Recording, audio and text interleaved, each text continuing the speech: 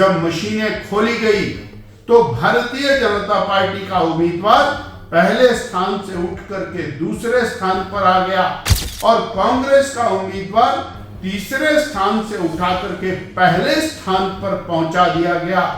इससे बड़ी चुनाव को प्रभावित करने के लिए धांधली कोई नहीं हो सकती। और जिस तरह से निष्पक्ष मतदान होना चाहिए, उस मतदान को निष्पक्षता के साथ होने से बाधित किया।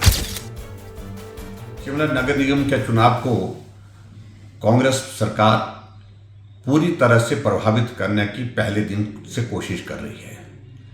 चाहे रोस्टर की बात है, चाहे वो नए सिरे मतदाताओं का यहाँ पर बनाने की बात है गलत तरीके से, ये सारी बातें हम एक बार में अनेकों बार मीडिया के समक्ष कर चुके हैं।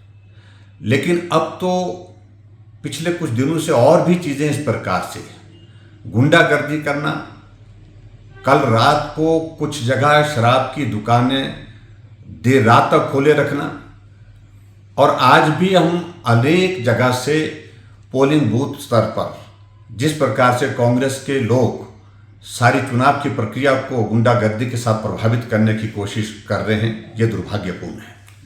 लेकिन सबसे हैरान करने वाला उदाहरण हमारे सामने आज प्रस्तुत हुआ है, और उसने इलेक्शन कमीशन की वर्किंग पर भी बहुत बड़ा प्रश्न चिन्ह खड़ा किया है। मैंने व्यक्तिगत रूप से इलेक्शन कमिश्नर से भी बात की है, और स्टेट इलेक्शन कमिश्नर के बात करने के पश्चात मैं उनके उत्तर का इंतज़ार कर रहा हूं। और दूसरी बात मैं ये कहना चाह रहा हूं कि ऐसी परिस्थिति पैदा कर दी है जिसमें ऐसा लगता है कि पूरे इलेक्शन कमीशन को भी सरकार ने बहुत बुरी तरह से प्रभावित किया है, उनकी वर्किंग को। और जिस तरह से निष्पक्ष मतदान होना चाहिए, उस मतदान को निष्पक्षता के साथ होने से बाधित किया है। एक उदाहरण मैं आपके सामने प्रस्तुत कर रहा हूं। शिमला का, छोटा शिमला का हमारा ward number 28, Bharatiya Janata party के हमारे वहां से प्रत्याशी संजीव चौहान हैं। इलेक्शन कमीशन ने जिस दिन सिंबल अलॉट किया, उन्हें कहा कि आपका सिंबल नंबर 1 पर होगा, और कांग्रेस को नंबर 3 पर दिया। लेकिन आज भी अगर इलेक्शन कमीशन की साइट पर नजर मारें तो उसी तरह से है। लेकिन जब ईवीएम वहां पर रखी गई, उसमें भारतीय जनता पार्टी का संजीव चौहान का नंबर 1 की बजाय उसका नंबर 2 कर दिया गया, दूसरे नंबर पर चुनाव चिन्ह कर दिया गया, और कांग्रेस का जो तीसरे नंबर पर था उसको नंबर 1 पर कर दिया। इससे बड़ा दुर्भाग्यपूर्ण घटना हो नहीं सकती है। चुनाव शिमला में चुनावी धांधली की पराकाष्ठा ना ऐसा पहले कभी हुआ, और शायद भविष्य में भी कभी ऐसा नहीं होगा। कांग्रेस सरकार ने कांग्रेस के उम्मीदवारों को धक्के से जिताने के लिए और मशीन के अंदर उनके चुनाव चिन्ह की प्लेसमेंट को बदलने का काम किया। ये बहुत शर्मनाक है। मैं आपके सामने रख रहा हूं वार्ड नंबर 28, छोटा शिमला,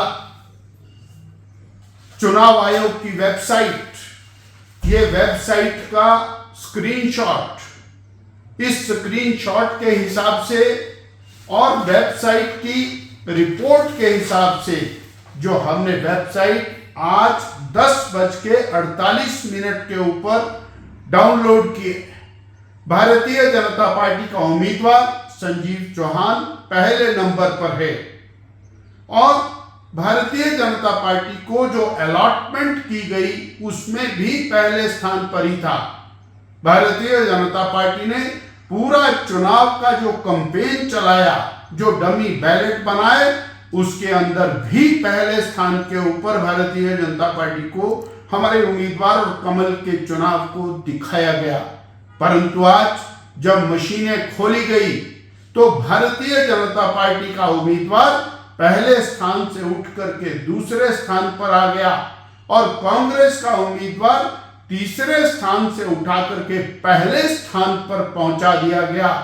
इससे बड़ी चुनाव को प्रभावित करने के लिए धांधली कोई नहीं हो सकती। हमने पब्लिसिटी की, बीजेपी का उम्मीदवार संजीव चौहान पहले स्थान पर है, और जब मशीन खुली तो वहां पर कांग्रेस का उम्मीदवार पहले स्थान पर पाया गया।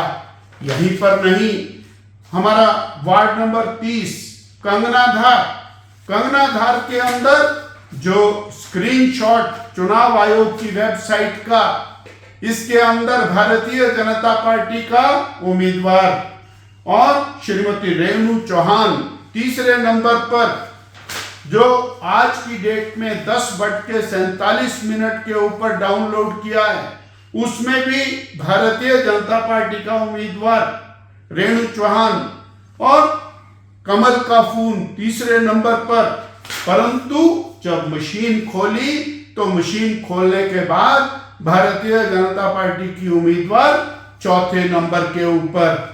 ये इससे बड़ा सरकार की, कांग्रेस पार्टी की जो धांधली है उसका कोई उदाहरण नहीं हो सकता।